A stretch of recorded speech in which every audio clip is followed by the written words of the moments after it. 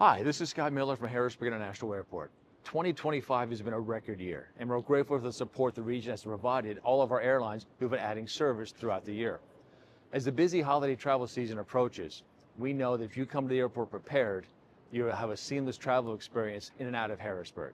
To give you some good holiday travel tips, here's Alexia from the TSA. First off, when packing, pack with an empty bag first so that you know exactly what's going inside and that you're not leaving any items that you don't want to be traveling with. Liquids are allowed, however, they have to be under the 3.4 ounce limit. If they are over 3.4 ounces, they can go into checked luggage or may not go through the checkpoint.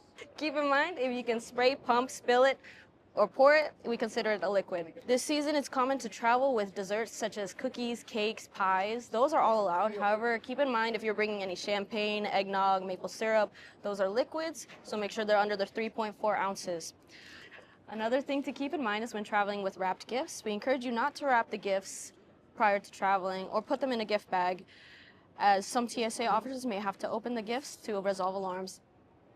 Remember, keeping an uncluttered bag may lead to a smoother and happier travel experience.